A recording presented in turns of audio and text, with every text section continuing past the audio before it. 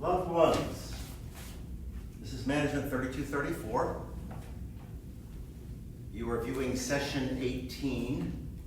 If we were meeting face-to-face, it would be 15 July 2020.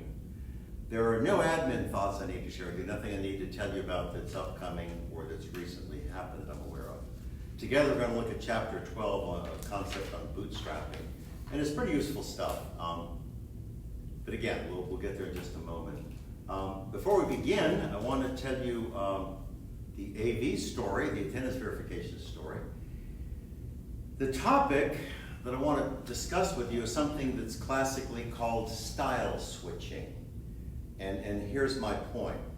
I want you to begin now actively developing skills at style switching. I'll share a story with you. This would be part, if we were face-to-face in a traditional 15-week semester, this would either be part of the Career Days module or the transitions presentation that I typically make on the last day of class. You're getting it, but you're only getting pieces of it because with our time compressions, simply cannot do the same things in 4.5 weeks that I can do in 15. And that bothers me, but that is our shared reality. But my point is, this discussion of style switching is something I would have in every upper division class, and you are an upper division class. This is a 3,000 level class. So I want to tell you a short story, and then I'll weave that story back into the skills that I'd like you to develop for your own benefit. The story comes from an extended family gathering. My memory is that it was my mother-in-law's 80th birthday, and the family made it a really big deal. There were 4 generations of family members there, and there were people from infants to probably, well, counting her, 80 years old, because it was her 80th birthday. And I would imagine there might have been 35 or 40 people there, and this was in her home, so we were kind of busting out of the seams. We were all over the place. But we have a lot of kids in the family, so there was a kids' table for lunch for this midday meal. And there was an open chair, and I love kids. I have 3, I wish I had 3 more. So I sat down, and I was just having fun with the short kids. And I did something silly, like I picked up a boiled peanut, and I put it in my mouth, and I went, a bug! And I acted silly, and the kids were loving it. Well, my wife was sitting at another table nearby. Across the table from her was a woman, a member of our extended family, who was lovingly called the Ice Queen. Not a warm or a kind woman. And I didn't know any of this until probably a day later. But the Ice Queen watched my behavior at the kids' table, and she looked at Elaine directly across the table from her, and through gritted teeth said, "Your husband is quite comfortable at the kids' table, isn't he?" And Elaine smiled and said, "My husband would be as comfortable in the White House as he is in Waffle House." And I didn't know about that. Even that day, I learned of it later from another family member. And I loved it. I loved it. The point that Elaine was making to the Ice Queen was that I'm capable of style switching. I can behave, I can be formal, I can have fun, and say, "F you!" or whatever they say in Waffle House when you come in there. Very little arrogance in my life. So, the takeaway for you, and that's why this style switching thing is important, that's why it's embedded in every upper division class that I teach. You are right now largely interacting with your peers, kids in their early 20s, and that as well. Very soon, when you start a job search, you're going to be interacting with people that are minimally 12, 15 years your senior in terms of age, and in some cases, it's not just an age differential, it's a differential in life experiences. What if they're mid-career? What if they have 15 years experience in the industry?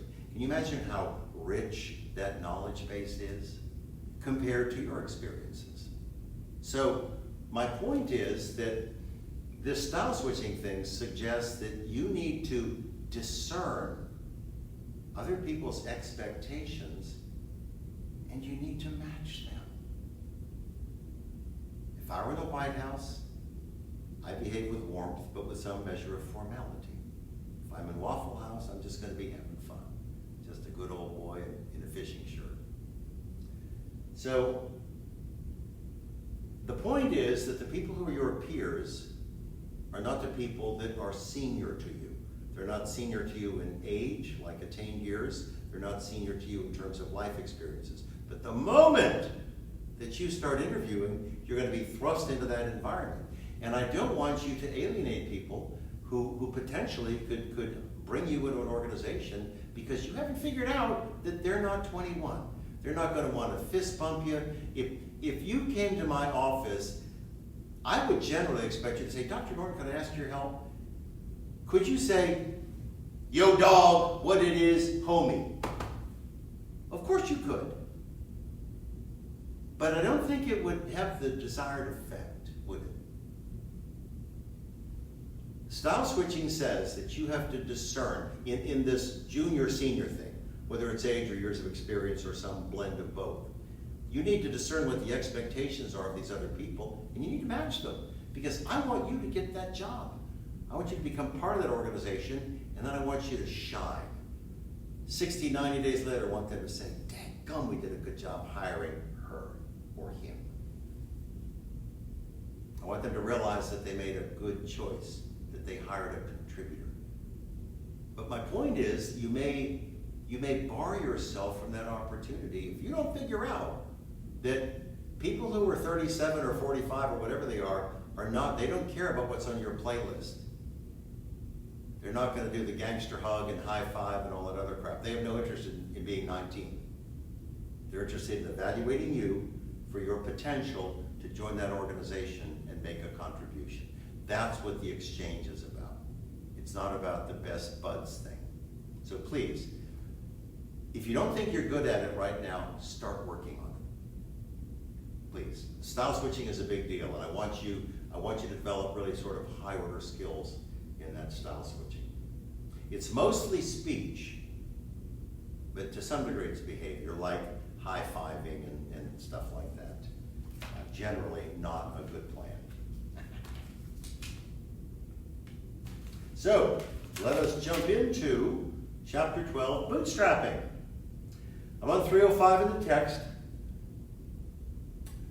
The definition that's given is actually a very competent one. It says that bootstrapping is a process of launching and growing a business with extremely limited funding. The truth is, you may find yourself not just extremely limited, but you may find that all the funding to launch and grow the business comes from earnings, cash flow. That is your primary source. You may be able to augment it, but you may discover that you have to earn your way into launching and growing a business. This does not set me up as any exemplar, but when I got out of college, I spent 3 years working for a CPA firm in Sandy Springs. And of course, when you first join a firm, you think, gosh, maybe I'll be a partner here. I discovered within a year and a half or two that there was just an incompatibility. I didn't want to be partners with those people. So after 3 years, I gracefully resigned. I gave them 30 days notice and struck out on my own. But when I struck out on my own, I didn't have any money to speak of. I was maybe, I don't know how old I was, 30, 31 years old, something like that. And I had no accumulated capital. And I had a wife and a kid. I was driving a beater car, just like many of you will. And I literally spent $30 on business cards. I leased a high-quality printing calculator. How stupid is that? But I didn't have the money to buy it, and I could lease it for 25 or 30 bucks a month for 2 years. So I bought some business cards, leased a calculator, and for the next 18 months, I was a KTO, kitchen table operator. And as I acquired clients, generated income, I was able to, at some point, about a year and a half later, move into an office. I subleased an office from a client, get some spare space, and I had the benefit of using business machines and having a receptionist and things like that. So a lot of benefits to that. So my point is that I went down this bootstrapping trail, where I literally let just virtually everything that I was able to invest and grow in the business came from earnings. So again, the definition of bootstrapping is the process of launching and growing a business with extremely limited funding. And I just want to point out that oftentimes that means that the primary source of funding is from earnings. It's from your excess of revenues over costs. You take that, whatever that excess is, and you reinvest it in the business. So now on 307, there's a short discussion of credit cards in the text. I want you to know that I'm chilled when I read something like that. I beg you, do not use credit cards to launch a business. And here are some of the reasons that I'm yelling at you. Reason one, if you use a credit card, you are 100% liable to repay that debt. You don't get to escape any liability or anything like that. The second thing that's true is any use of a credit card where you do cash advances or pay bills on behalf of the business or anything like that consumes your personal debt capacity. You may be limited on your ability to get car loans or mortgages or anything like that. I want to show you something that is useful. This is not an absolute, this is not the gospel, but I've had an awful lot of interactions with mortgage brokers over the course of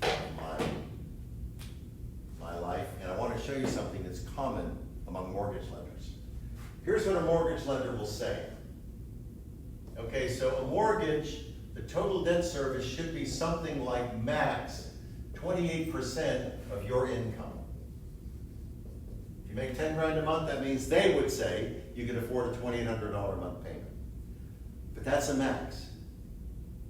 The other thing that's true is they typically look at total debt service, and it has to be equal to or less than 36% of your total income.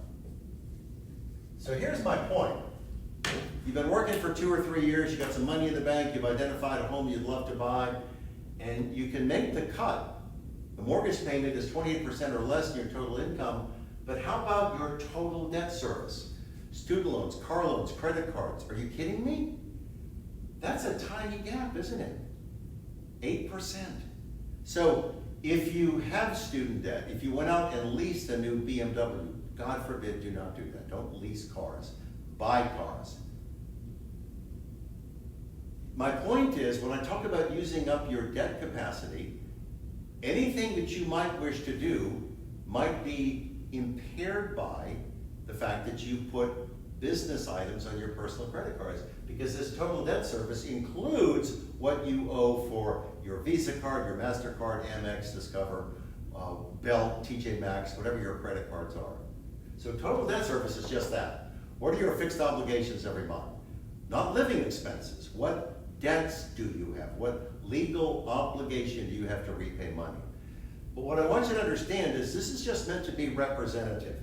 Mortgage lenders will look at you and they'll say, okay, we're comfortable approving this loan if the borrowers, if the mortgage payment is going to be 28% or less of income, of household income.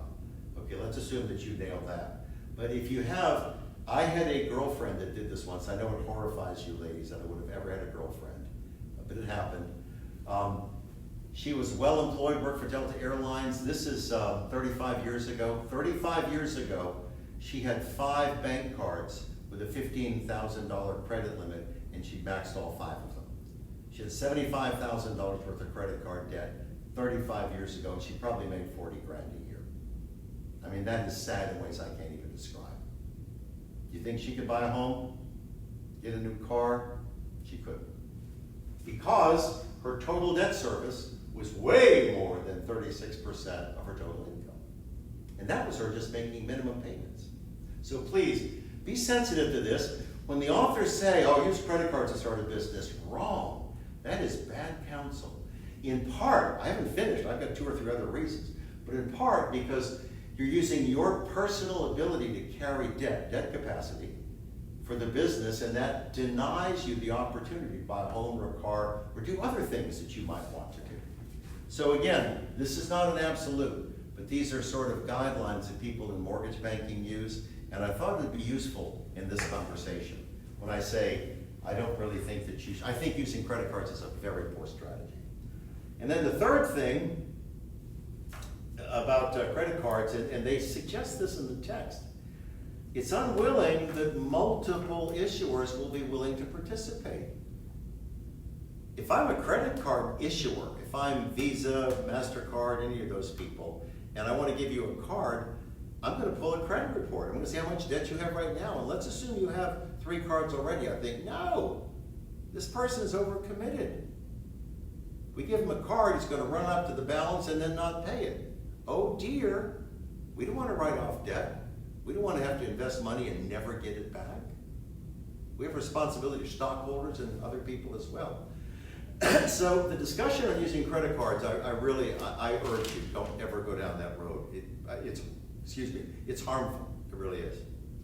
Now, excuse me, please. I'm on page, I think it's 308 in my notes. And the authors talk about the 3 F's as a source of funding and bootstrapping. And I want to tell you that the 3 F's classically mean friends, family, and founders. On that page in the text, they say friends, family, and fools. Are you kidding me? That is so lame. I have no words for that. However, I know Heidi Neck. She's a CU graduate, University of Colorado. They do recreational dope out there. Maybe she just was token on the joint when she wrote that paragraph. It's friends, family, and founders, not friends, family, and fools. Please understand that. But that's a classic source of bootstrapping, isn't it? Many family members have invested in early stage businesses. A lot of friends have. The founders have to. The people who have the concept, who have the heart to bring this concept to the market. So the 3 F's are friends, family, founders. And they are all legitimate sources of funding.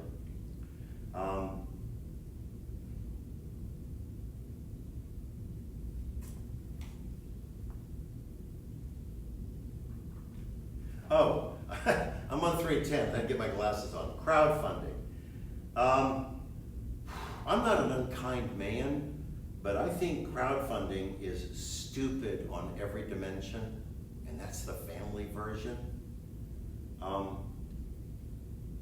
Crowdfunding is a pure form of begging. That's not a strategy. Never has been, never will be. Moreover, the people who provide the funding are going to do it in little tiny bits because they have neither control over your behavior nor do they have any ownership. They have no residual interest. If I buy stock in British Petroleum or Ford Motor Company, I own a fractional interest of that company, don't I? The stock may appreciate in value, I may get dividends, but I own something. I don't control the managerial decisions, but I at least have a fractional ownership. Not so with crowdfunding. So the backers get nothing and you're begging. When I say it's stupid on every dimension, I mean that. There's no way to gift wrap that. Here's something that I'm unfamiliar with.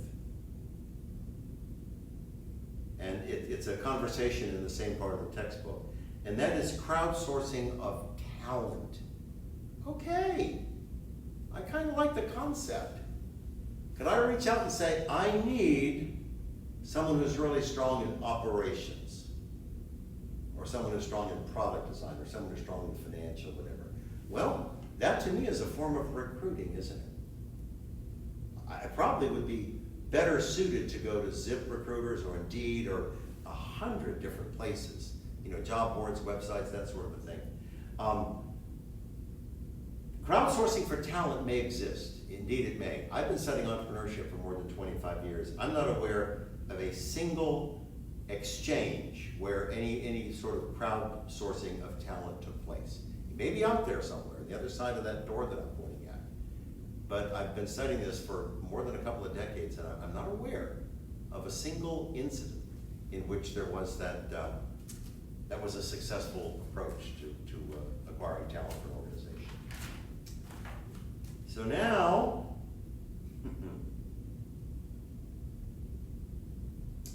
this kind of cracks me up, and I don't know why. This book, I think it has a 2018 copyright. I'm not going to look, but I'm almost sure it's a 2018 copyright. They talk about Kim's Rally Fighter as an example of crowdsourcing. Okay, Kim's Rally Fighter was some sort of an off-road vehicle. I don't think it could have ever been street legal because there's so much compliance, emissions, noise, safety. So Kim's Rally Fighter was purposely designed as an off-road vehicle, and they use it as a great example of crowdsourcing. So it was launched in 2007, unless I embarrass myself, that's 13 years ago.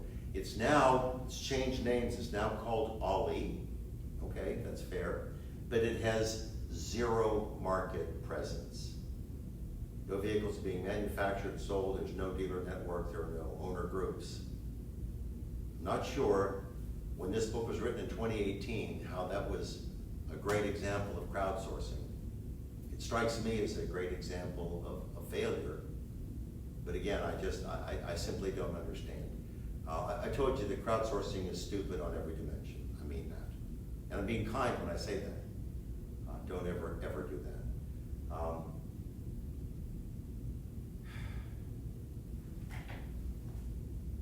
Now, here's something they talk about that they say is a new form of crowdfunding on the horizon.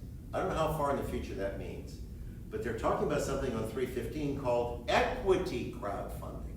Well, if that comes to fruition, if we get a form of crowdfunding called equity crowdfunding, what that says explicitly is the people who provide the money would have some ownership. They'd have some residual interest. I think that's probably kind of a neat concept. What I don't know is how that would match up with the requirements for the Securities and Exchange Commission. Because if you have stockholders, you have to comply with the SEC. All I'm saying is I don't know. I think it's promising if indeed there's a type of crowdfunding in the future or coming soon called equity crowdfunding, because that takes away one of my objections. I told you one of my objections is the backers have neither control nor ownership. They simply give up money. But if they have equity, that's different. The problem I foresee, and I'd love to be wrong, is compliance. How do you comply with the Securities and Exchange Commission if you have multiple stockholders?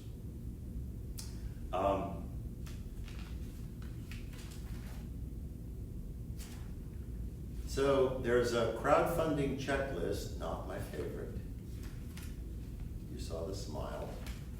On page 324, I invite you to sweep it, and if you see some value in it, pull it out. I'm not going to spend any time there because I am intellectually opposed to crowdfunding. This is not an opinion. I've told you why I think it's misguided. Begging is not a strategy, and the backers have neither control nor ownership. And the one example they use is an exemplar crashed and burned 13 years ago. When I say crashed and burned, it's a zero market presence. And you're lifting them up as a great example of crowdfunding. I confess there are a lot of things I don't understand, and that is one of them. So now, I know this is a baby short class, and that's probably heartbreaking. Most of you say, no, Dr. Norton, don't torture us. Stay in it another hour and 50 minutes. No, we're done. I'm going to ask the AV question. The attendance verification question is, what was my sweet Elaine's response to the Ice Queen at that family gathering? All right, love you. Talk to y'all soon.